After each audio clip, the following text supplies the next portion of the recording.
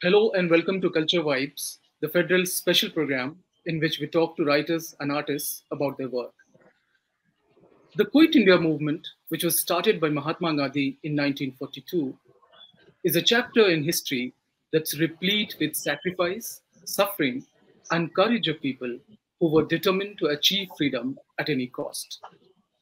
One such figure was Usha Mehta, who ran the underground radio station of 1942, which played a small but very crucial role in galvanizing the masses. Uh, a film based on a daring act called Watan Mere Watan. It has been co-written by Kannan Iyer and Darab Faruqi and is currently streaming on Amazon Prime Video. Joining us today are both these gentlemen. Gentlemen, welcome to this episode of The Federal. Thank you so much for joining us. Thank you for having us here. So, just to quickly introduce both of you to our audience, Kannan has, of course, previously directed Ek Thi Dayan. He also co-wrote Ram Gopal Verma's Daur and Ajit Pal Mangat's Victory, starring Harman Baweja, along with, of course, Dara Faruqi, who has also co-written the script for films such as Notebook, Dear Ishqiya, that was such a beautiful film, and Tigers. Uh, to begin with, a question for both of you. It's of course, a patriotic thriller drama soaked in the zeal and fervor of the period. And Usha Mehta was one of the many unsung figures of the freedom movement. Now, when did you first come across the story of her operation on the underground Congress radio, and what prompted you both to make a film on her contribution? See, before Darab answers this question, there is one thing I must make very clear. This film is not based on Usha Mehta and Congress Radio. It is inspired by her character and the phenomenon of Congress Radio. And that's a very, very important distinction. Right. Yeah. So Darab can tell you about how he chanced upon the story, and that's the seed of this film. Right. So, I think it was in 2016, somewhere in 2016. I don't know when I read something and then I was curious about it, so I read more about it. And then I kind of told Karan about this story. And I still have the first file, which I think I created somewhere around November 2016. I don't know when we finished the draft. Most probably, I think it took us, at least took me like 2, 3 months. We must have finished it in January 2017 or 2017 January or Feb. So yeah, by then we were fairly sure that we were making a movie on her story.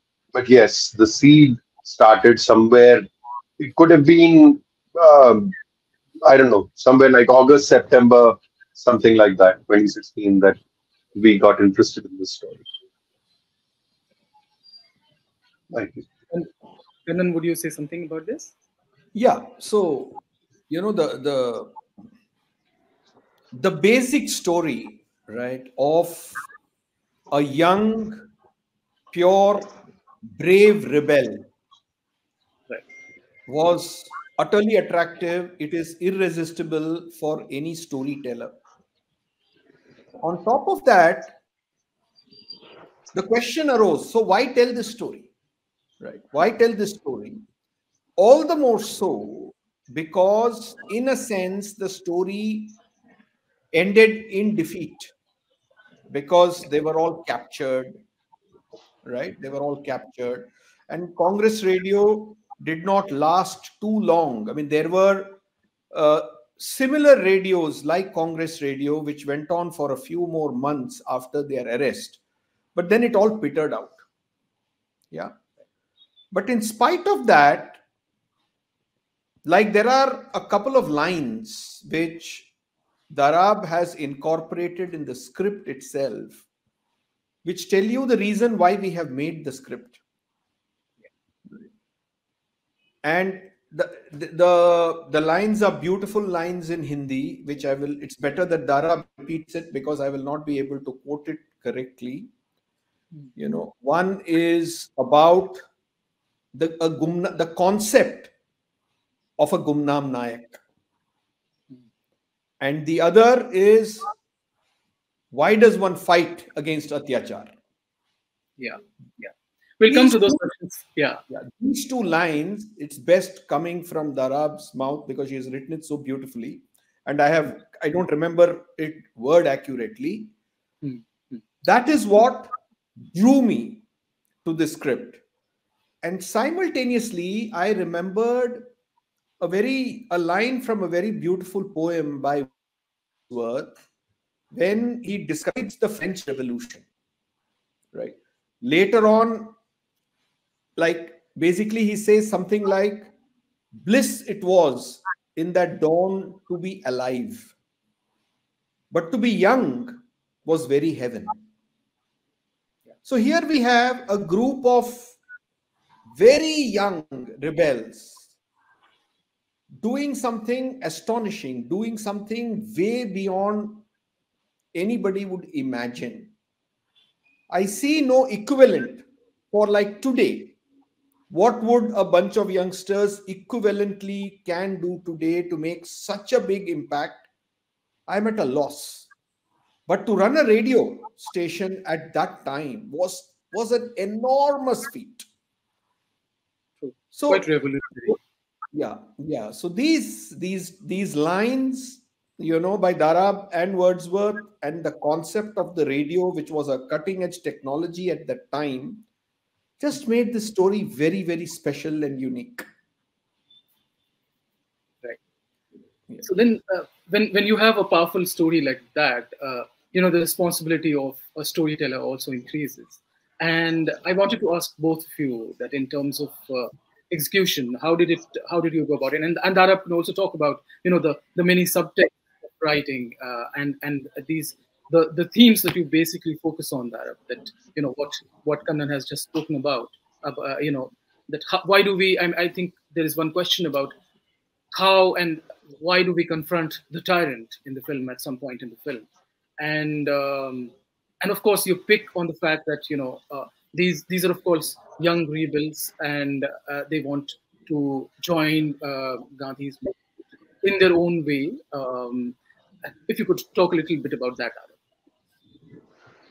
Well, we are people, and this is something that me and Karan are very aware of, that we represent our times, we are people of our times.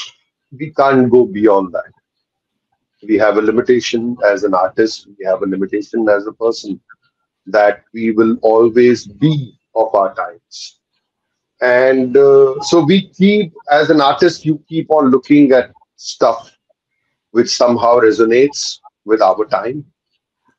And we thought that this subject lends itself very beautifully to who we are today.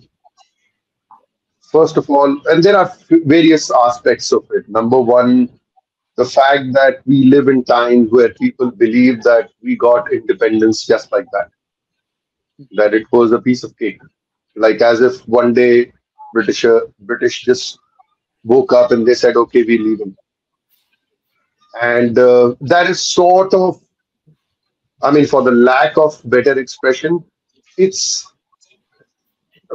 I mean, I believe that uh, if you don't I don't know, I'm just finding bad words to say here, so I'm not going to say those words. But the whole idea is that there we need to feel proud, at least if not, we don't owe it to them. We need to feel proud of what we've achieved as Indians, and most of the Indians don't feel like that. They feel that Mahatma Gandhi was some figure who just achieved nothing, and we there is a constant barrage of messaging all over social media, all over media, that we did not win this independence through non-violence. And I think it bothers them. But we wanted to show you what we could achieve with non-violence. That was one of the most important aspects of the movie. Number two was that, at least for me as a writer, it is a deeply ideological movie. What I'm saying, I believe in that. It's not something that I'm giving you. I'm giving you a spiel of sorts.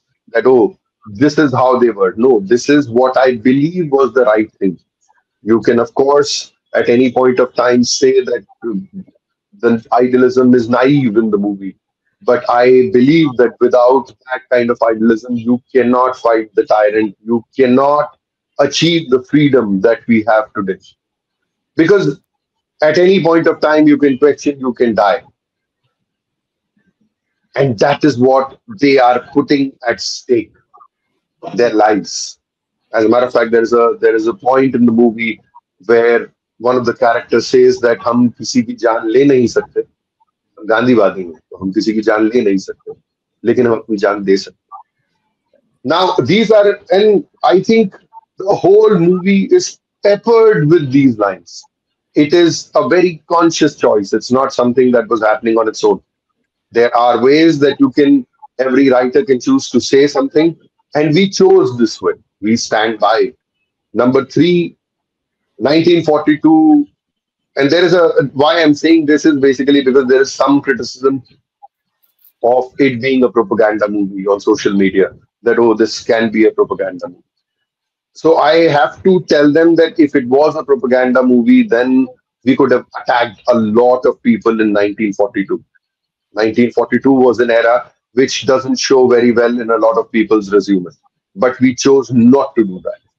We chose to tell our story, who we are and what we achieve, with what kind of morality and political ideology. Now, keeping all these things in mind, whatever that you see, whether we talk about the fact that what is happening to the country right now in terms of the messaging, there is a little bit of resonance to what it was at that point of time and what's happening today.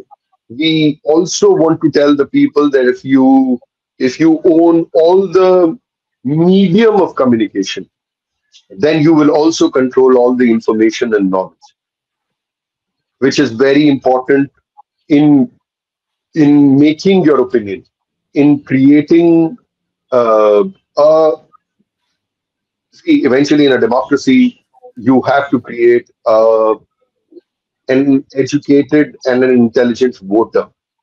Fundamentally, that's the work of media. Are we doing that in India today or not? Is a question that we also want to raise through history. That no, not much has changed. It was like that then. It is like today. It is today also. It is the same thing. So all these things we wanted to underline. We wanted to say by not attacking anybody, because we want to say that we stand for our piece of truth. It's not the whole truth, but our piece of truth is this, and that's why it is an ideological movie for us. Hence, you'll see it peppered with lots of lines which are ideologically true to us. That's that's the idea. Right, right, absolutely. And then the very fact that it's a story set in Bombay, and at a time when the freedom movement was there was a turn in the freedom movement, and most of the top leaders, including Mahatma Gandhi and Jawaharlal Nehru, were arrested. And you had Ram Manohar Lohia and Jayaprakash Narayan among some of the leaders who played a major role in mobilizing support for the cause. And the film, of course, portrays it tells the story of Ram Manohar Lohia also, and Imran Hashmi is just brilliant in that role. So I wanted to ask you about how the atmospherics of the film and the setting, that the story, of course, is a period story, but also is a story set in a particular locale in a particular moment of history, isn't it? And those things were also important to you as writers and director, Kannan. Are you asking about the production design of the film? What exactly are you asking? I'm asking about the fact that it has this bit of Bombay and the charged atmosphere then, how young students were drawn and sort of mobilized by leaders like Raman Lohia and Prakash Narayan at that moment. So you had to, of course, because the story is part of that, you have to focus on that and the city and yeah. Yeah, you could talk about the design as well, because that's also a very crucial element in the story, isn't it? Yeah. See, the actual material around this event, Quit India movement, the mobilization before Quit India movement, and what happened during the operation of the Congress radio, the actual material is very vast. So much so that one could easily imagine an 8 episode web series, which would be very gripping, right? Now, given the format of the film, there are certain choices that we had to make, right? The conscientization of Usha, Fahad, and Kaushik, which is what you're talking about, the charged atmosphere in Bombay and the rest of India at that time, and how it affected the youth of the country. Yes. We have hinted at it, that because people who watch this interview would have presumably seen the film, that there is an episode where a little child has been crushed by a British, a little child has been crushed by a British vehicle. Right? And there is agitation in the street around that. There were plenty of small acts of cruelty taking place all the time. And since everybody knew that the Quit India movement was imminent, Congress was mobilizing towards it, waiting for the big meeting on 8th of August 1942. People were going around to colleges, recruiting lots of college students to get involved in this campaign, right? And the net result of that are the conscientized characters that we show in the film, whether it is Balbir, Kamat, or the few college students that we see. So I don't know whether I've answered your question. And because then, honestly speaking, both I would have loved to do more justice to this conscientization aspect of the story. Yeah. Before the radio actually began. But we tried our best within the existing format. Right. Okay. Yeah. You're right. I think that really makes for a very, very interesting maybe series. Um, Another question about and this is again to both of you. Um, After the film, I think one of the aspects that has been widely discussed is the choice of characters. And while I understand that the production house is always involved in these matters, and sometimes writers and directors don't have much say in that. Would you say that the choice of the lead character, that is Sara Ali Khan, for which the film has been criticized widely, do you think that a lot of this criticism has been unfair? And are you hurt by this criticism? Are you unfazed? What is your response to the reviews that have been coming in? No, I am totally baffled and hurt by the criticism, because I think she has done full justice to the script, total and full justice. So it baffles me so much that I'm absolutely speechless. I'm absolutely speechless. It is not even like I can say something in detail in defense of it. She has, I mean, I don't want to look in any further than, for example, a tweet by Tushar Gandhi, right? He personally knew Usha Ben Mehta, personally knew her, spent a lot of time with her, and he has congratulated Sara Ali Khan on her performance as Usha Mehta. I think there could be no better tribute than that of Mahatma Gandhi's great grandson. There are great grandson, right? Yeah. Yeah, Mahatma Gandhi's great grandson, who knew Ushaben personally for years, maybe decades, commenting on this. You are like me as a director, you will only expect me to defend it. But of somebody, a tribute from somebody who actually knows the period and knows the person is far more important to me than all the reviews that have criticized Sarah's performance. I'm extremely proud of it.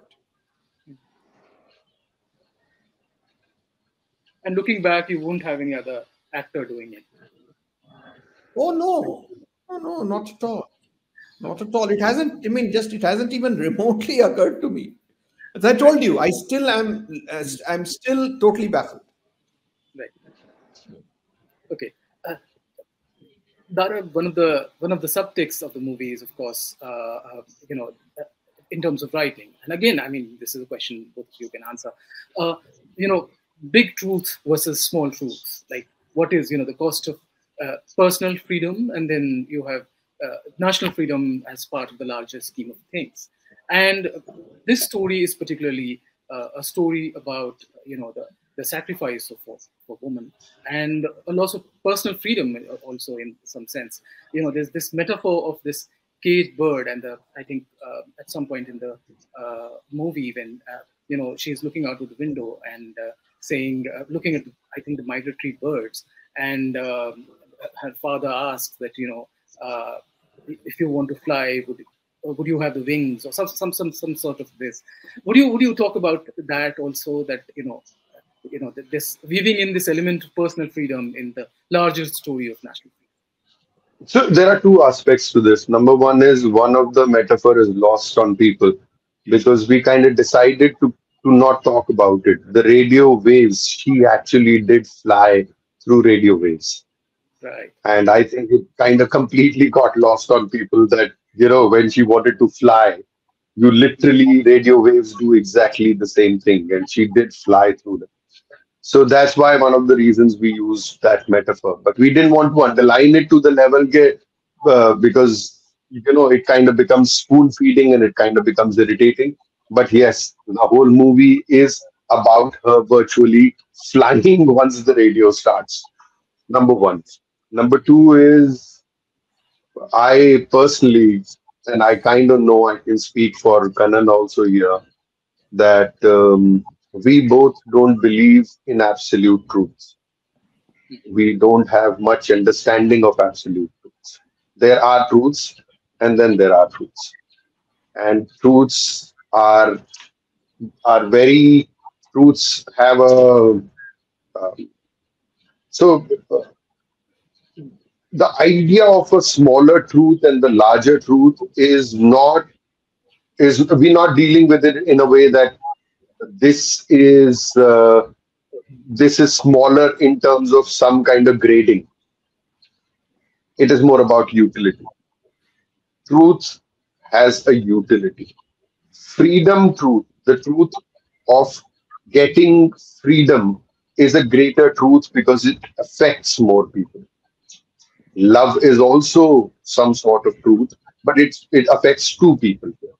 So we kind of look at it in this way that the other truth becomes greater than this truth because it has a far greater effect. It can change lives of a lot of people. And it has also greater danger, which is very clear. It also has a greater value because of the fact that this is going to affect a lot of people. It also has, in its own way, greater poetry because this is not, in a way, we have grown up on the idea that the girl is the feminine character, right? And we wanted to underline this factor there, that it's always the man who takes upon the duty, and it's the other side of it who is just madly in love. The girl is like waiting at home, as the warrior goes. We actually kind of turned the whole thing around here. What we did was that here is a girl who did the thing which, I mean, for at some point of time, me and Karan used to always talk about the fact that this is a feminist movie of ours because she is equal or mostly better than most of the men around her. She did achieve it. And that is the beauty of it. And she's not waiting for it. She's making decisions. So yes, the idea of smaller and the greater truth resonates also with her character, which is also the larger point in the story. So yeah, with all these points, we did not treat it like, okay, there is like some sort of a grading. ये तीन चार पाँच, it's like 3 4 5 6. Yeah, this truth is 8 and this truth is 4. No, it is about the utility, and it is about the character, it is about the situation. So that's how we treated it. And there are no absolute truths. Right. It's, Kannan, would you add something to this, or? Yeah, this question of truth comes up twice in the movie. Once it comes up between Usha and Kaushik, Yes. right, which Darab has now talked about extensively, and it also comes up when Usha asks the question to Lohia. Yes.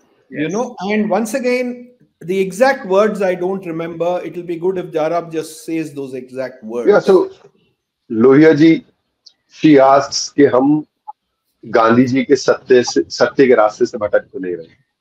And Lohia ji says that, मुझे एक चीज मालूम है, जरूरी नहीं है कि जो सही है वो सत्य भी है, या जो सत्य है वो सही भी है. मुझे एक चीज मालूम है कि हम सही हैं इस वक्त, लेकिन सत्य गांधी जी में. The greater truth is with Gandhi ji, but we are also right now.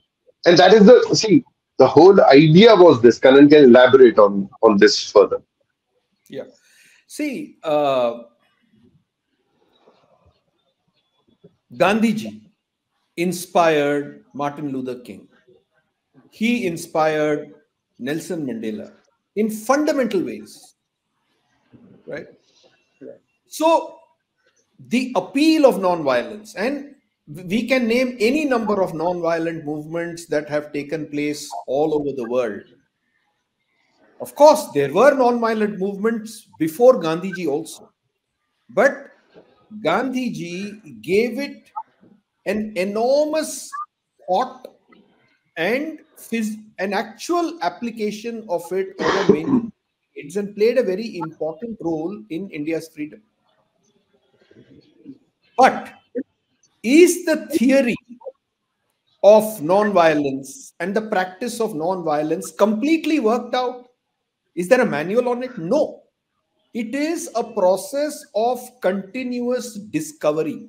And that again goes back to what Darab was saying about that we don't have absolute truth. Right? So, yes, while Gandhiji has defined the ultimate principle of non-violence as the only way human beings can solve disputes with each other and still continue to exist as a functioning, stable, peaceful, equal, and just society, the exact mechanics of it is a work in process. And that is how I interpret when Lohia says, yes, hum sahi hain. It's a work in process that we are trying. Yeah, in Quit India movement, it is really true that there were times when the movement slipped into violence. It did. Okay. And Mahatma Gandhi even questioned it after he was released from jail. But Ram Manohar Lohia knew that all this would happen, and but he did not dismiss these events as fundamentally against our quest for freedom. He saw these events also as necessary for our quest of freedom. And therefore, it is not something that one can disown. And which is why there are those 2-3 incidents in the film, because we wanted to remain true to that part of history of the Quit India movement. Right? In Quit India movement, there were rebels who believed in violence. And that is going to be a debate that goes on till eternity. And which is why Ram Manohar Lohia phrases it to this way. I mean, because Usha asks a question of absolute truth. So he's saying, no, what we are doing is right. But the ultimate truth is Mahatma Gandhi's. And the question still remains for all of us today, all over the world. How exactly does one create a mass movement that is entirely non-violent? How does one improve society, create a better society? No, I like mean, this is while, sorry. no. I said I didn't want to get into so much philosophy for the making of a movie, but No, I just want to add something to what you just said. Like me and Kanan, while we were writing, we would discuss a lot of things. We would get into this. I would ask him this question, that if non-violence is such a comprehensive theory, then what do you do when Nazis come with tanks? Right. I mean, like they are literally coming towards you. And Nazis are Nazis. You see, they have kind of decided things. They have a very clear ideology. an If absolute truth. Have their absolute truth. they have the absolute truth, I mean, Genghis Khan is coming with hordes, right, on horses. What do you do? Yeah. I mean, so non-violence is a very applicable theory, but is it the absolute theory? That is the problem that we kind of have with anything absolute. While we adhere to it, we don't believe that it's absolute. We don't believe that anything is absolute in the world, and that is what the movie is also all about. That it keeps on questioning even what it's doing in front of you. So yeah, Right. The movie is also It's only that, Naved, see, Naved, these are very complex questions, right? right. So we have no option but to simplify it, for exactly. the movie, and at least start off a debate so that people talk about such, Satya, Sahi, Satya, Chota Sach, Bada Sach.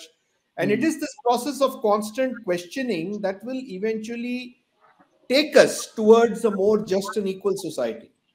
Absolutely. A film cannot take on the burden of answering all this. Yeah, I can only raise questions, isn't it? Yeah. Okay.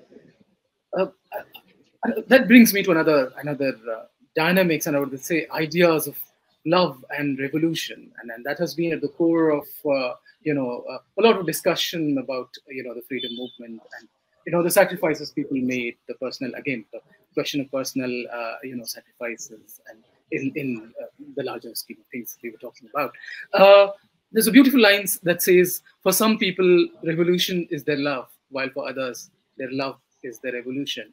And Usha's own choice, when there is a beautiful scene when Mahatma Gandhi is urging everyone to adopt brahmacharya, and she is the first one in the hall to stand up, and then that also leads to this whole this thing with what is his name, Kaushik, right? Kaushik. Abhay Verma, right. So then that beautiful scene that you have in the film. I wanted to ask you about this question of love and revolution. Do you see this story also as dealing with both at a time, that what love means, what revolution means at a time when you're fighting for freedom?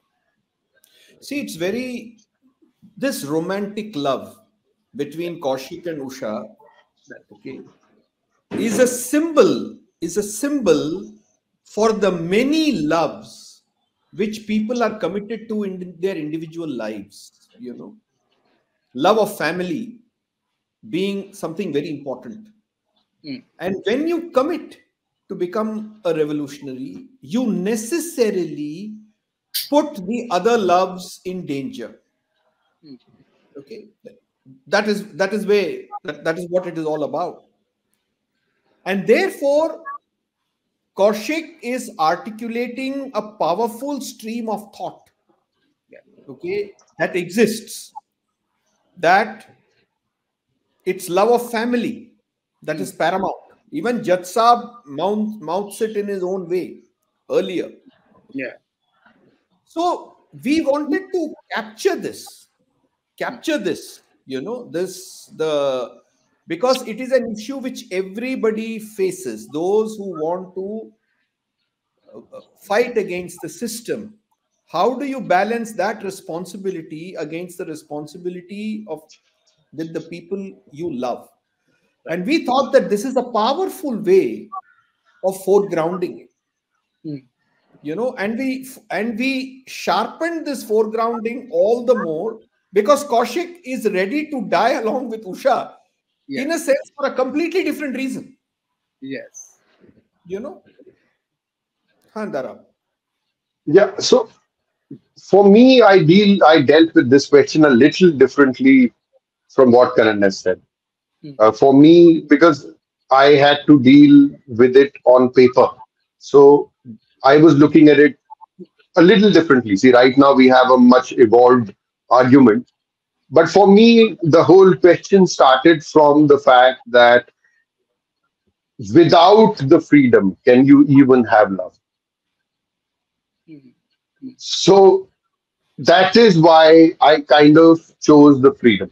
The idea of choice, of I have a choice to love somebody if that person loves me, can only be achieved through freedom. And that's why I chose the other side. However, there is also one more aspect to it. I do believe that love is the first aspect of a revolution. Without love, there cannot be a revolution. There cannot be the idea of freedom. Somewhere it's self love, possibly, of who you are, and you want to be the best version of you. And this is curtailed by the slavery that you're going through. So, these two, three aspects, when you merge them together, they become a thing. But that's why also I had to grade it when Usha says she has thought about these things, that can I even love him? Or is it justified that I am allowed to love him because I am the daughter of the Jat Sahab? Now, see, these are not conversations which are happening because we only have this much of screen time, but these are conversations that are there in the background of the movie. She comes from a certain privilege. She can have a certain choice in her life, which others can't. So is true about Kaushik. Yeah. But she wants more. She wants it for everyone.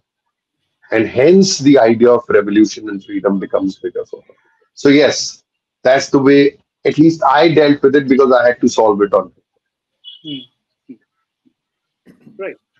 Again, one last question for both of you. We are living in a time, and the questions that we discussed, the ideas that we just discussed, and which are, in fact, the subtext of the film also, Watan Mere Watan.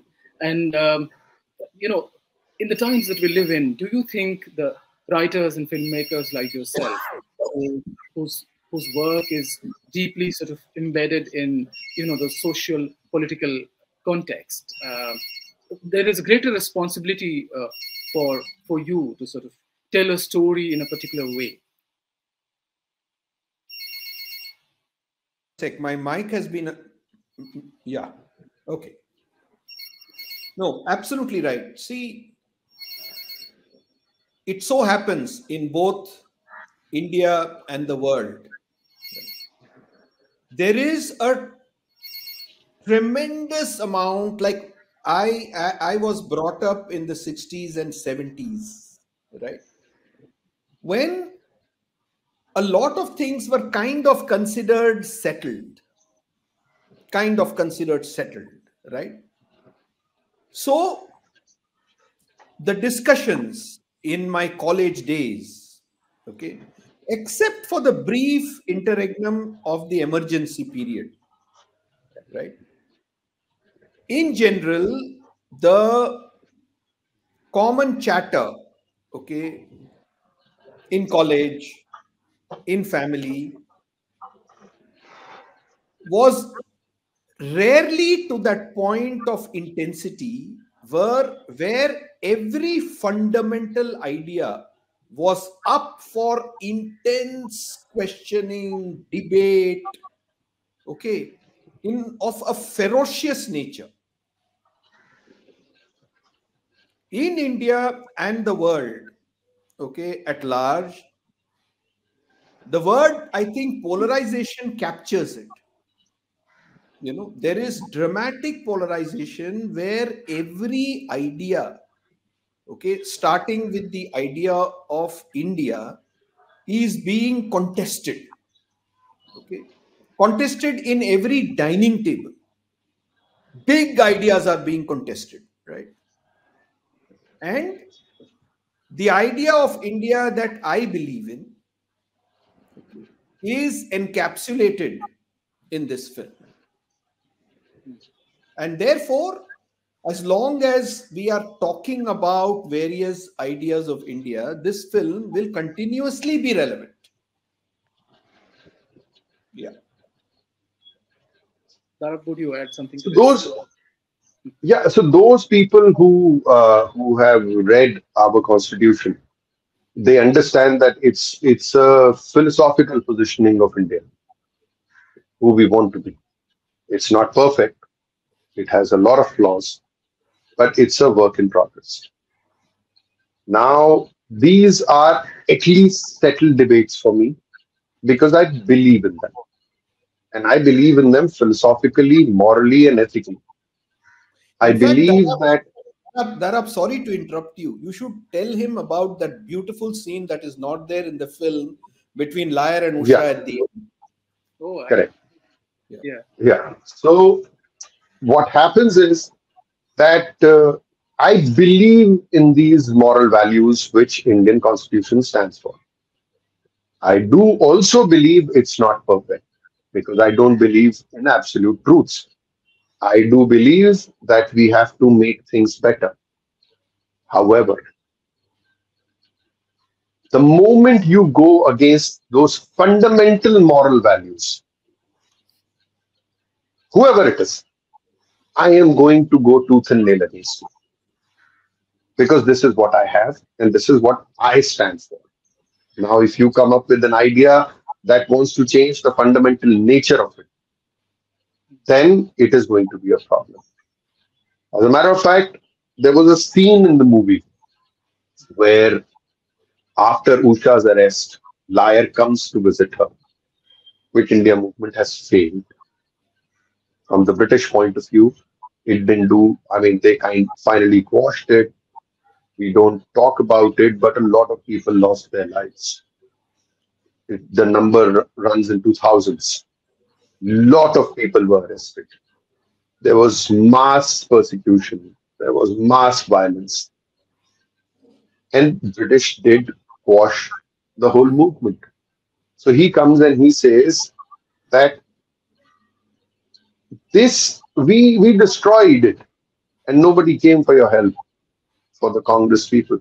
Eventually it was the handful of people who fought and then nothing happened.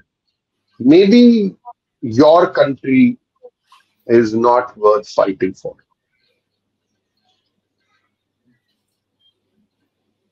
And she says that, do you know, and I'm going to say it in Hindi because it hits you better that way.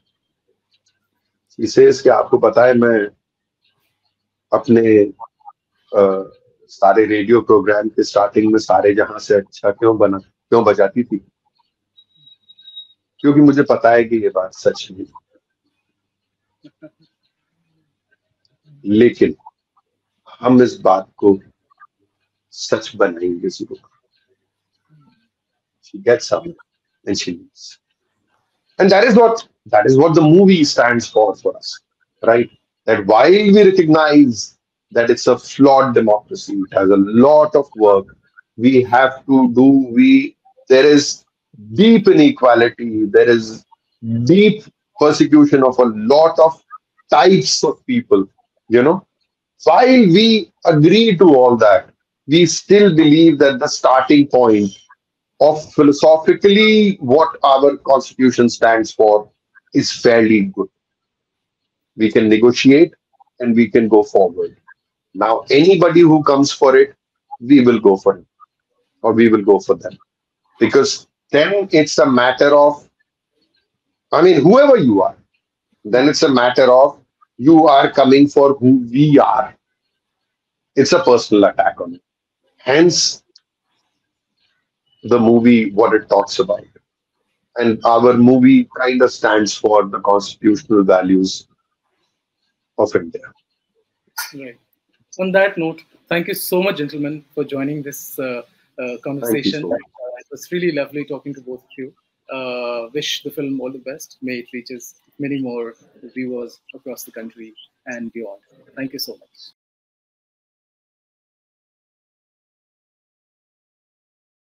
Subscribe to the Federal's YouTube page for more news and updates.